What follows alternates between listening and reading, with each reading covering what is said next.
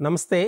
Welcome to our NMMS classes conducted by our TSAT with the collaboration with the SITE, State Institute of Educational Tools, Ramanthapur.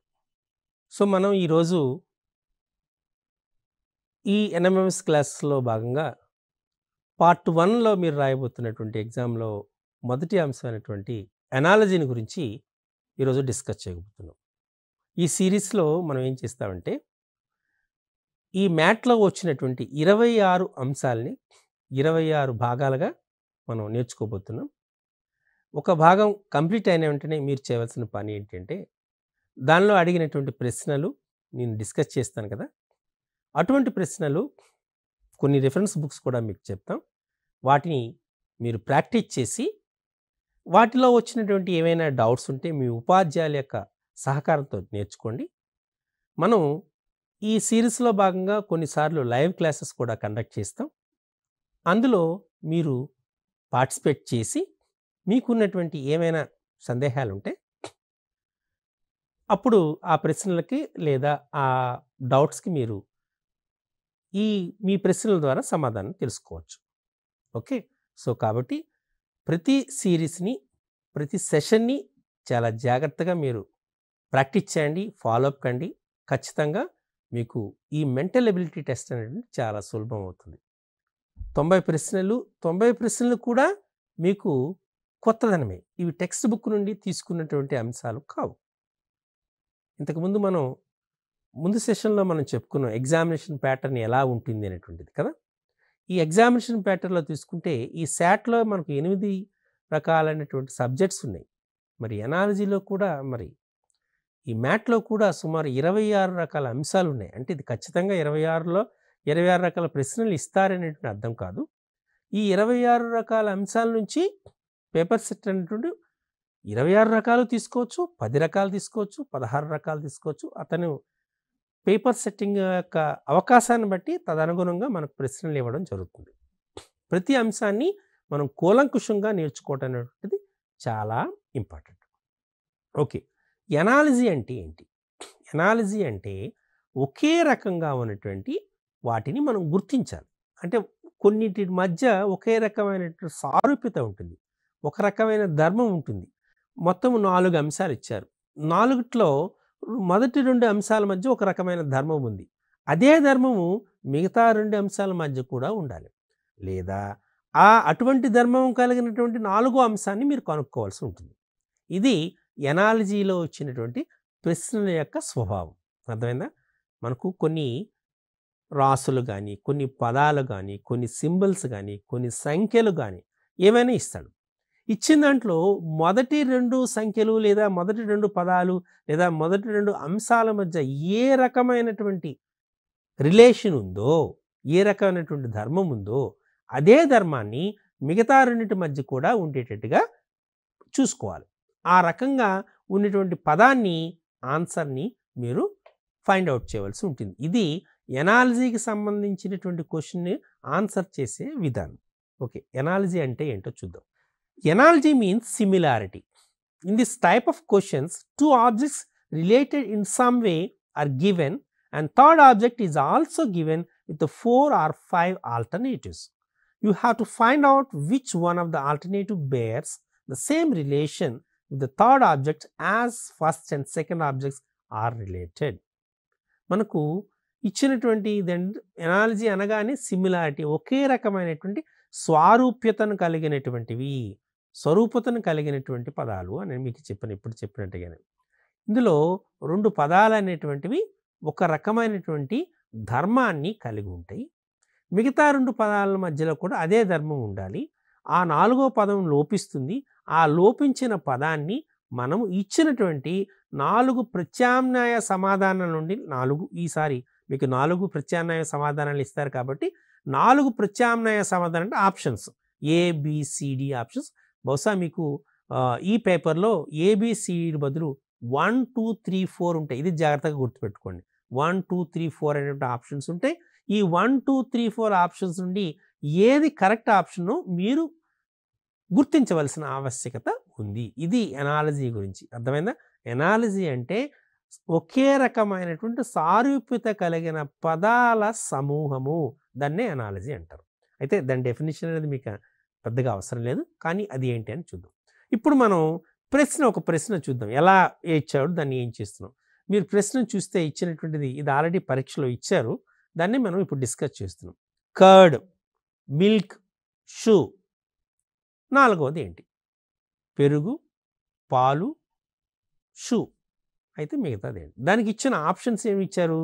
Leather, cloth, jute, silver. Leather ఇచ్చాడు, cloth బట్ట ఇచ్చాడు, jute మనం jute అనే అంటాం, లేదా షేకు అంటాం, silver and సిల్వర్గా తీసుకున్నాం. ఇక్కడ మనకు కర్డ్, మిల్క్ ఇచ్చాడు కదా, కర్డ్, మిల్క్ని ఇచ్చాడు. కర్డ్, మిల్క్లో ఈ రెండింటి మధ్య ఏమైనా సంబంధం ఉంది గుర్తించారా మీరు? కర్డ్, మిల్క్ మధ్య సంబంధం. కర్డ్ అనేటువంటిది మిల్క్ యొక్క బై ప్రొడక్ట్, అంతేనా? పాల నుండి పెరుగు తయారవుతుంది కదా, పాల నుండి పెరుగు తయారవుతుంది. మరి షూ దేని నుండి తయారవుతుంది అనేటువంటిది మీకు కావాలి. పాల నుండి పెరుగు తయారవుతుంది కాబట్టి షూ దేని నుండి తయారవుతుంది అనే ఆలోచన చూడండి. ఇక్కడ లెదర్ ఇచ్చాడు, క్లాత్ ఇచ్చాడు, జూట్ ఇచ్చాడు, సిల్వర్ ఇచ్చాడు. సో మనకు ఫస్ట్ ఆప్షనే లెదర్. మనకు తోలుతో షూస్ తయారు చేస్తారు, అంతే కదా, కాబట్టి లెదర్ అయ్యే అవకాశం ఉంటుంది. క్లాత్, బట్టతో షూస్ తయారు చేయరు. జూట్తో మనకు షూస్ తయారు చేయరు. సిల్వర్తో కూడా జనరల్గా చేయరు. కాబట్టి వెరీ క్లియర్, ఇందులో మనకు ఆప్షన్ ఏంటి?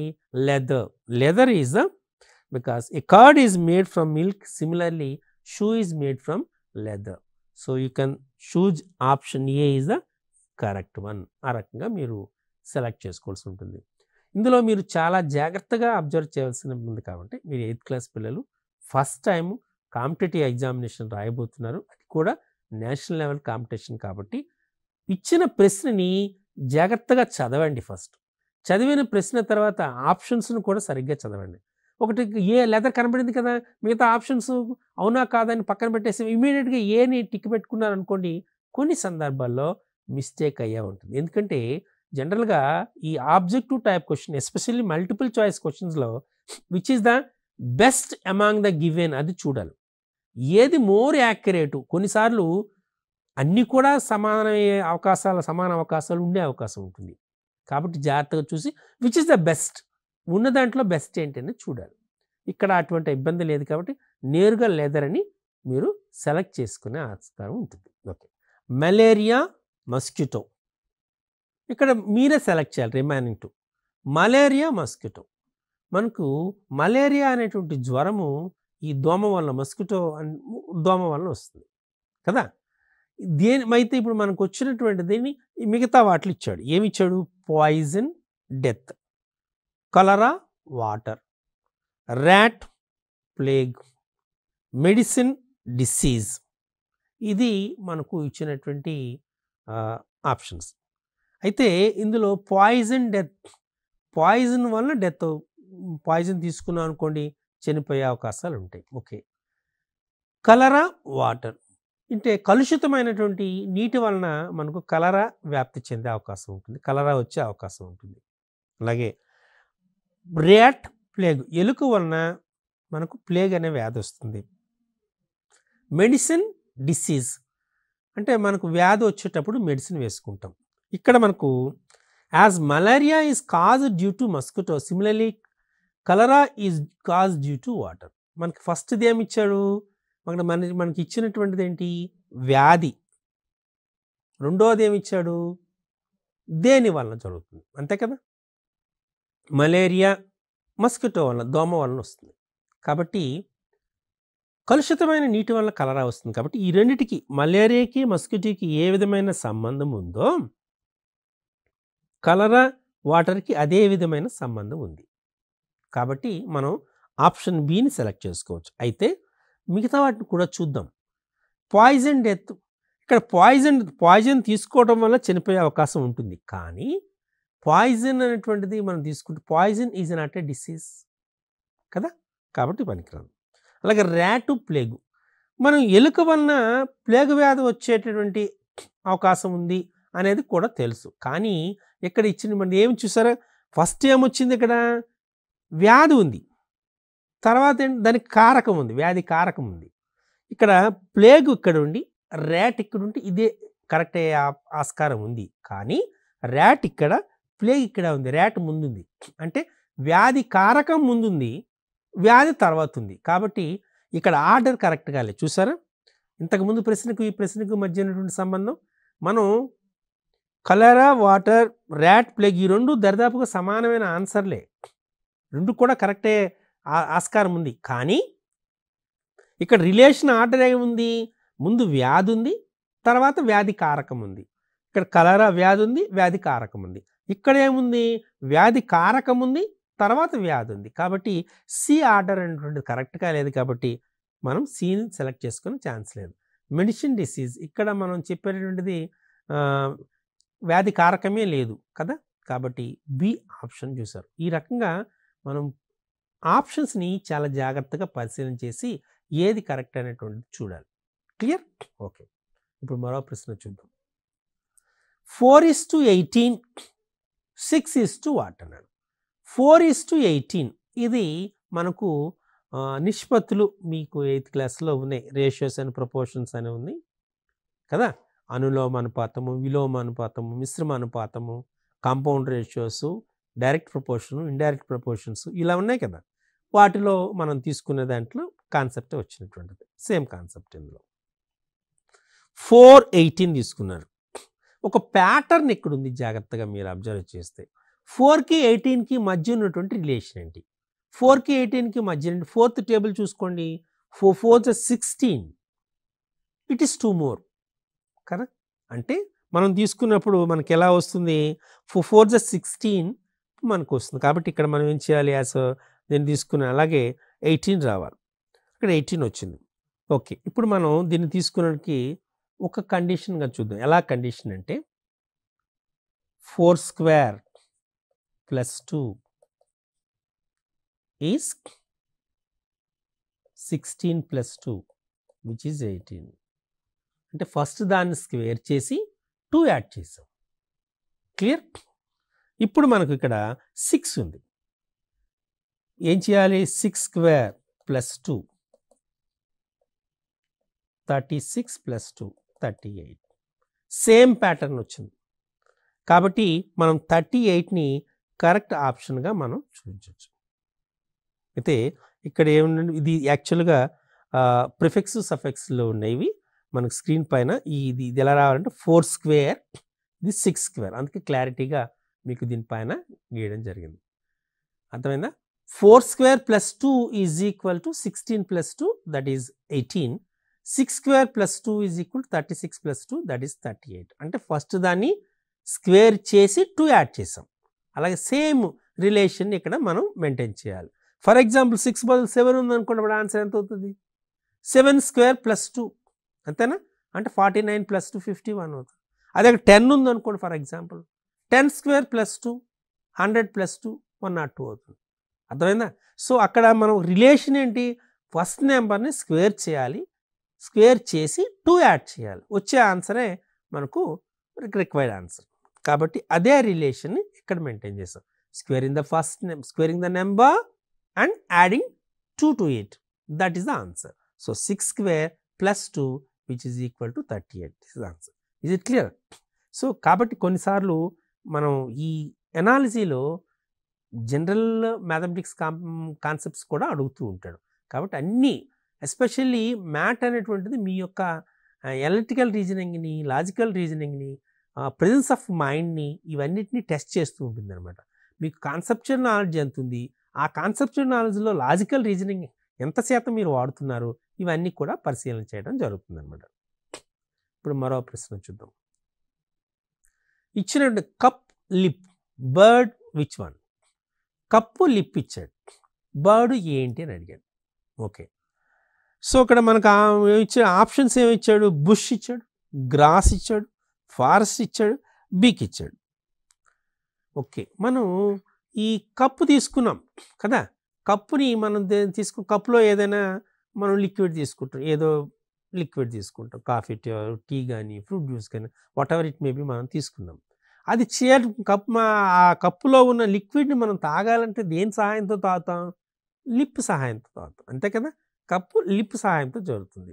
కాబట్టి బర్డ్ దేనికి సంబంధించినటువంటిది? జనరల్గా ఇప్పుడు ఏం చేస్తుంది?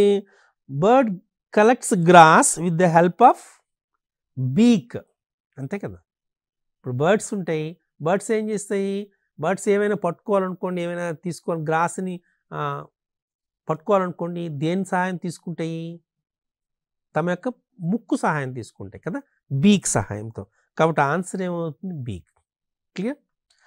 ఏ cup is used to drink something with the help of lips. Similarly birds collects the grass with the help of the beak to make their NEFT.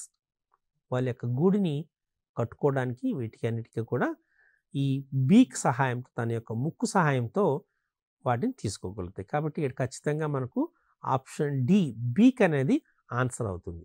చూసారా అక్కడ మనకు ఇచ్చినట్టు ఆప్షన్స్ ఏంటి?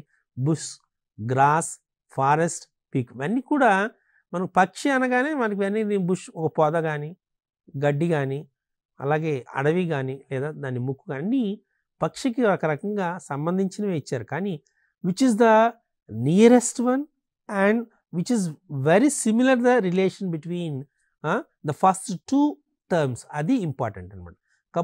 మనం కప్పులో తీసుకున్నట్టు ఏ లిక్విడ్ని అయినా డ్రింక్ చేయాలనుకుంటే with the help of our lips we can drink those drink, correct?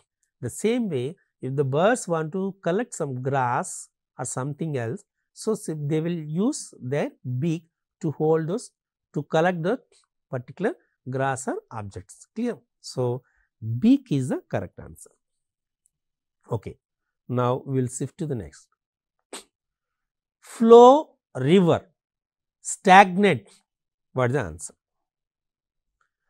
So flow, river, stagnate, what is the answer? చూడగానే మీకు 8th క్లాస్ పిల్లలు కాబట్టి మీరు ఈ కాన్సెప్ట్ ఏంటంటే మరీ డెప్త్గా ఉండవు, సింపుల్గానే మీ యొక్క ఐక్యూ లెవెల్ని టెస్ట్ చేయడానికి, ఆ ప్రెజెన్స్ ఆఫ్ మైండ్ని కూడా టెస్ట్ చేయడానికి మీకు ఎగ్జామినేషన్లో అడుగుతారు. మీకు అన్ని సబ్జెక్ట్స్ పైన ఏ విధమైన అవగాహన ఉంది అనేటువంటి తెలుసుకోవడానికి కూడా ఈ కైండ్ ఆఫ్ ప్రశ్నలు అడిగే అవకాశం ఉంటుంది. ఫ్లో, రివర్, జనరల్గా నదులు పారుతూ ఉంటాయి, అంతే కదా, గలగల అనే నదులు పారుతూ ఉంటాయి. సో ఫ్లో, రివర్ అనేటువంటిది ఫ్లో అవుతూ ఉంటుంది.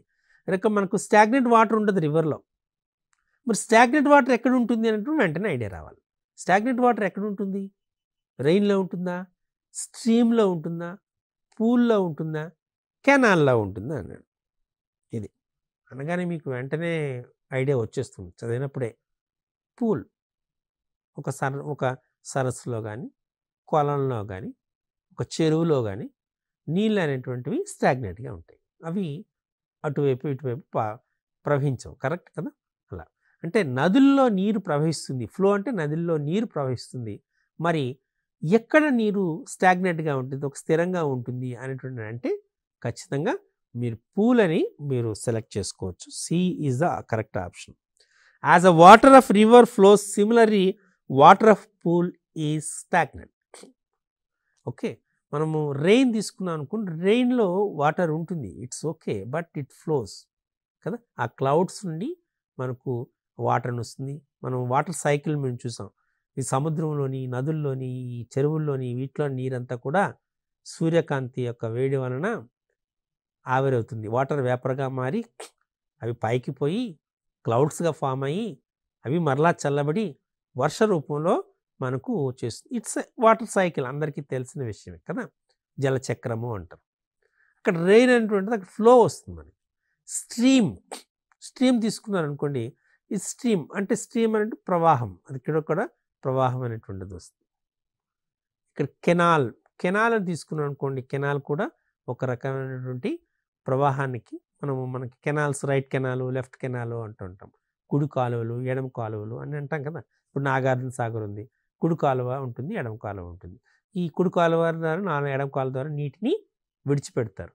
విడిచిపెట్టడం వల్ల మనకు పొలాలకి సరైనటువంటి పంటలు పండడానికి ఆస్కారం ఉంటుంది. ఇది సో వీటన్నిటిలో మనం ఈ మూడిట్లో, రెయిన్లో కానీ, స్ట్రీమ్లో కానీ, కెనాల్లో కానీ, వీటిలో చూస్తే వాటర్ ఫ్లో అవుతుంది. బట్ పూల్లో అంటే మన ఒక చెరువులో నీరు స్టాగ్నెంట్గా ఉంటుంది, స్థిరంగా ఉంటుంది. కాబట్టి C is the correct option. Cat, hoof, what is it? Lamb, elephant, lion, horse ఇది ఇచ్చిన ఆప్షన్. అయితే వీటిని ఏంటి అసలు ఇది మనకు అడుగుతూ ఉంటాడు. ఏంటి అసలు పాని క్యాట్ని హూఫ్ దేనికి సంబంధం? ఏ క్యాట్ హ్యాజ్ అ పా, similarly horse has a hoof. అంటే మనకు వీటికి సంబంధించినటువంటి మన ఎలా అడుగుతాడంటే ఎ గ్రూప్ ఆఫ్ క్యాట్స్ ఎక్కడ ఈ పిల్లులు అనేటువంటి ఎక్కడ నివసిస్తాయి, అలాగే పిల్లులు నివసించే స్థలం పేరు కానీ, లేదా ఒక పిల్లుల సమూహాన్ని కానీ ఏ రకంగా అంటారు, లేదా పిల్లికి సంబంధించినటువంటి దాన్ని ఈ పాదం కానీ వీటిని కానీ మనం ప్రత్యేకమైన పదానికి అడుగుతాడు. పా అనేటువంటిది పిల్లికి సంబంధించినటువంటిది, క్యాట్కి సంబంధించినటువంటిది ఇచ్చాడు. హూఫ్ అనేటువంటి it's a part. In the same ఏమొస్తుంది మనకి, ఎ క్యాట్ హ్యాజ్ ఎ పా, similarly horse has a hoof. పా అనేటువంటిది మనకి పిల్లి యొక్క పాదాన్ని మనం చూస్తే దాన్ని పా అంటాం. సో ఇక్కడ హూఫ్ అనేటువంటిది తీసుకుంటే హూఫ్ అనేటువంటిది మనం హార్స్కి సంబంధించినటువంటిది, హార్స్ యొక్క దాన్ని తీసుకుంటే దాన్ని గిట్ అని మనం చూసుకుంటే దాన్ని చేస్తారు. కాబట్టి D is the correct option.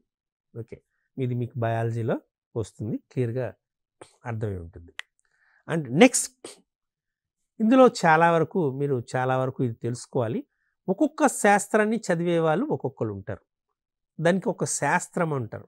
ఇప్పుడు మనం భూమి గురించి నేర్చుకోవాలనుకోండి, భూమి గురించి తెలుసుకోవాలనుకోండి, జియాలజీ అంటారు. అలాగే బర్డ్స్ గురించి, బర్డ్స్ యొక్క ఎన్ని రకాల బర్డ్స్ ఉంటాయి, వాటికి ఆహారపు అలవాట్లు ఏంటి, వాటి రెక్కలు ఎలా ఉంటాయి, ఈ రకంగా వీటికి బర్డ్స్ యొక్క గురించి తెలుసుకునేటువంటి దాన్ని చేసే వాళ్ళని తెలుసుకునే శాస్త్రవేత్తని మనం ఆర్నిథాలజిస్ట్ అంటారు. బర్డ్స్ని గురించి అంటే ఈ పక్షుల శాస్త్రం గురించి, పక్షుల గురించి పరిశోధనలు చేసేటటువంటి శాస్త్రవేత్తల్ని ఆర్నిథాలజిస్ట్ అంటారు. మరి అలాగే ఆర్కియాలజిస్ట్ అని ఎవరిని అంటారు, ఇది చాలా ఇంపార్టెంట్. ఆర్కియాలజిస్ట్ అని మీరు వినే ఉంటారు, మీ జాగ్రఫీ టీచర్ చెప్పాలి. ఈ జాగ్రఫీ టీచరు అలాగే హిస్టరీ టీచర్స్ వీళ్ళు మీ సోషల్ టీచర్ చెప్తూ ఉంటారు. ఈ ఆర్కియాలజిస్ట్ ఏం చేస్తారు, ornithologist is a specialist of birds, similarly archaeologist is specialist of archaeology. అంటే పురాతన వస్తువులు, ఈ పురాతన వస్తువులు మనం తెలుసుకోవడానికి మనం గుర్తిస్తాం. ఇప్పుడు మనం సింధు నాగరికత, హరప్పా నాగరికత ఇలాగని మనం చెప్తున్నాం. ఒకప్పుడు మనకు కొన్ని వేల సంవత్సరాల క్రితమే మంచి కాలువలు ఉన్నాయి, అలాగే మనకు పెద్ద పెద్ద టౌన్స్ కూడా ఉన్నాయి అని మనం చెప్తూ ఉంటారు. వీటికి ముఖ్యమైన కారణం ఏంటంటే అప్పుడు మన శాస్త్రవేత్తలు ఈ ఆర్కియాలజిస్ట్ అనే వాళ్ళు, ఈ పురాతన శాస్త్రవేత్తలు వీళ్ళు ఏం చేస్తారంటే భూములను తవ్వి ఆ ప్రాంతంలో జరిగిన పురాతన వస్తువుల్ని వాటి శేషాలని తీసుకుని పరిశోధన చేసి అప్పటి కాలం ఎలా ఉండేది, వాళ్ళ యొక్క అలవాట్లు ఏంటి, ఈ విషయాలన్నీ చెప్తూ ఉంటారు అనమాట. సో ఇలా ఆర్కియాలజిస్ట్ అంటే is a concern with the archaeology. Clear? So ఐలాండ్సా, ఆర్కియాలజీ, మీడియేటర్సా, అక్వాటిక్ అంటే క్లియర్గా పెద్దగా, అందుకే మీరు ఎగ్జామినేషన్లో కూడా కొద్దిగా కామన్ సెన్స్ ఉన్న పోల్చవచ్చు.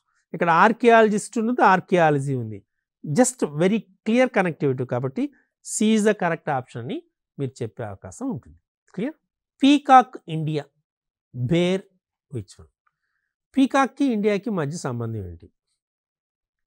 అందుకే మీరు చాలా జాగ్రత్తగా ఉండాలి.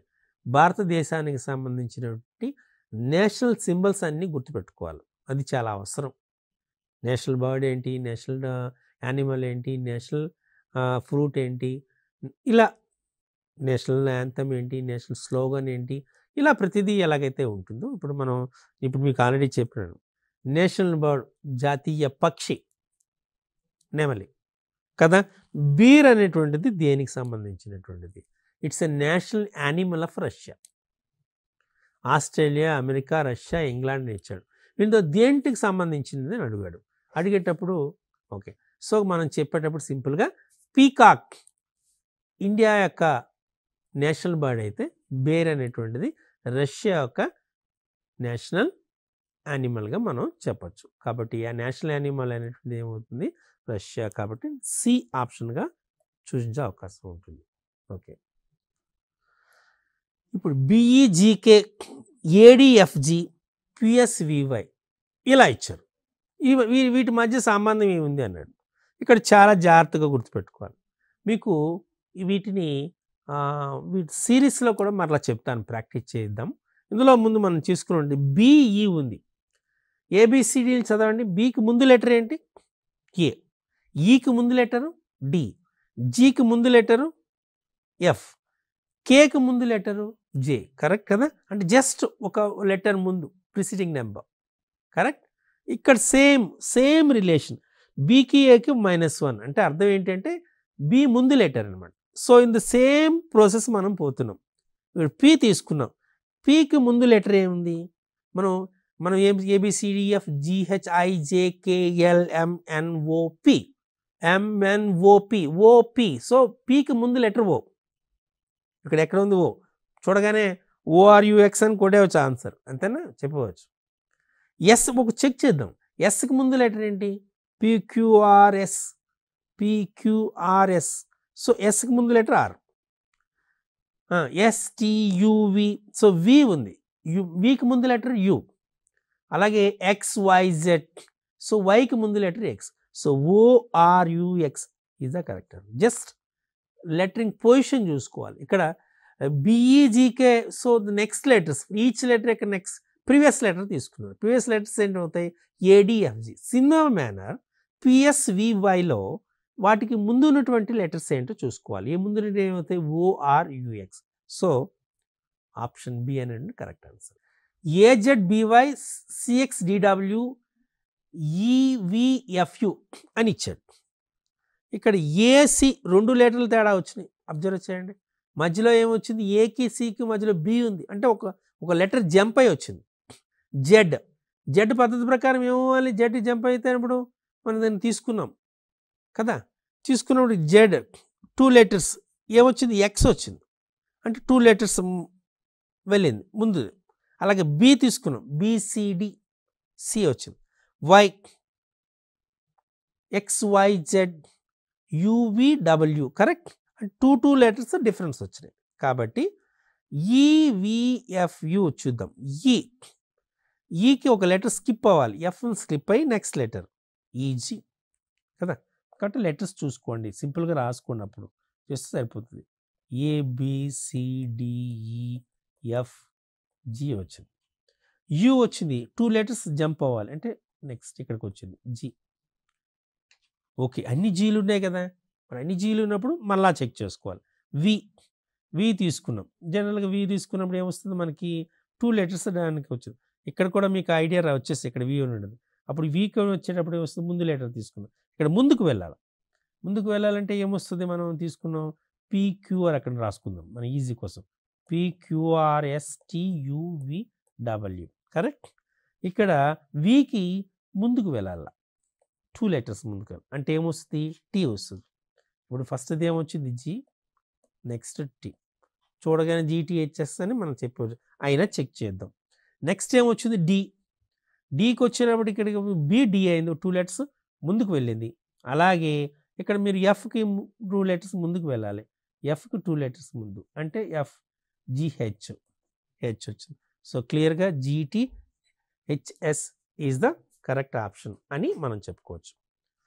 ఇప్పుడు EC AC EG IK MO QS UW అని ఇచ్చాడు. ఏం చేద్దాం? సేమ్ ఇక్కడ కూడా చూసుకోవాలి. ఎన్ని లెటర్స్ ముందుకు వెళ్ళాయో చూడాలి. చూసుకొని దాని ప్రకారం చేసుకోవాలి. ఏకి ఐకి మధ్య డిఫరెన్స్ 8 లెటర్స్ ఉన్నాయి. సికి కేకి మధ్య 8 డిఫరెన్స్ ఉంది. ఈకి ఎంకి మధ్య 8 డిఫరెన్స్ ఉంది. అలాగే పొజిషన్ నెంబర్. అందుచేత మీరు ఏం చేయాలంటే మీరు రాసుకున్నప్పుడు ABCD నెంబర్స్ ఇచ్చేసుకోండి. 1 2 3 4 5 6 అని. దీన్ని మీకు ఈ కోడింగ్ డీకోడింగ్ చెప్పేటప్పుడు ఖచ్చితంగా వీటిపైన చెప్తాను. చేస్తే మనం ఇప్పుడు దానికి 8 లెటర్ డిఫరెన్స్. క్యూ తర్వాత 8 లెటర్స్ తర్వాత వచ్చినటువంటి లెటర్ ఏంటి? క్యూ 8 లెటర్స్ యాడ్ చేస్తే మనకు వై వస్తుంది. ఎస్కి 8 లెటర్స్ యాడ్ చేస్తే ఏ వస్తుంది. యూకి 8 లెటర్స్ యాడ్ చేస్తే సి వస్తుంది. అండ్ డబ్ల్యూకి 8 లెటర్స్ యాడ్ చేస్తే ఈ వస్తుంది. కాబట్టి YACE is the answer. YACE is the answer. 14 9 26 ఇచ్చాడు. 14 9 తీసుకున్నాడు. తీసుకుంటే ఇప్పుడు ఏం చేస్తున్నాడు? సింపుల్గా మనం 14 తీసుకున్నాం. 14కి 9కి మధ్య డిఫరెన్స్ 5, 26. ఇక్కడ ఏం చేయాలంటే 2 9s 18, 18 మైనస్ 4 14 ఇచ్చింది. అలానే 2 15s 30, 13 మైనస్ 4 30 మైనస్ 4 26. కరెక్ట్. ఈ రకంగా మనం తీసుకున్నప్పటికి 26 వచ్చింది. కాబట్టి ఇక్కడ 8 వస్తుంది అనేటువంటి ఆప్షన్ డి అనేటువంటి 15. మనం 15 చేస్తేనే ఆప్షన్ వస్తుందని పోల్చాలి. ఈ రకంగా మనకు ఎనాలజీలో ప్రశ్నలు వస్తాయి. అంటే వాటి మధ్య సారూప్యత ఒకే రకంగా ఉంటుంది. ఏ రకమైన సారూప్యత ఉంటుందో మీరు గుర్తించి తదనుగుణంగా సరైన సమాధానం గుర్తించాలి. వీటి కోసం మీరు ఏం చేస్తారంటే మెగ్రహిల్స్ అనేటువంటి బుక్ దొరుకుతుంది. టాటా మెగ్రహిల్స్ బుక్ దొరుకుతుంది. అలానే మీకు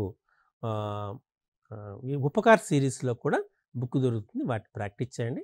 మార్కెట్లో ఇంకా అదర్ బుక్స్ కూడా విక్రమ్ సిరీస్ అని కూడా డిఫరెంట్ బుక్స్ ఉంటాయి. ఉపాధ్యాయులు కూడా చాలామంది ఎవరైతే ప్రాక్టీస్ ఇస్తున్నారో వాళ్ళు కూడా దీన్ని వాడుతూ ఉంటున్నారు. మరికొన్ని ఉంటాయి. వీటిని మీరు ప్రాక్టీస్ చేస్తే ఎనాలజీలో సుమారు 3 లేదా 4 క్వశ్చన్లు వచ్చే అవకాశం ఉంటుంది. కొన్ని సందర్భాల్లో ఎనాలజీకి ఒక సెక్షన్ కేటాయిస్తారు. అంటే ఒక 5 ప్రశ్నలు ఎనాలజీ నుండే వచ్చే అవకాశం ఉంటుంది. కాబట్టి వాటిని జాగ్రత్తగా ప్రాక్టీస్ చేసి 5 మార్కులకు 5 తెచ్చుకునేట్టుగా 5 to 5 out of 5 వచ్చేటట్టుగా ప్రయత్నం చేయండి. సో మరొక ఎపిసోడ్లో మరొక అంశంతో కలుద్దాం.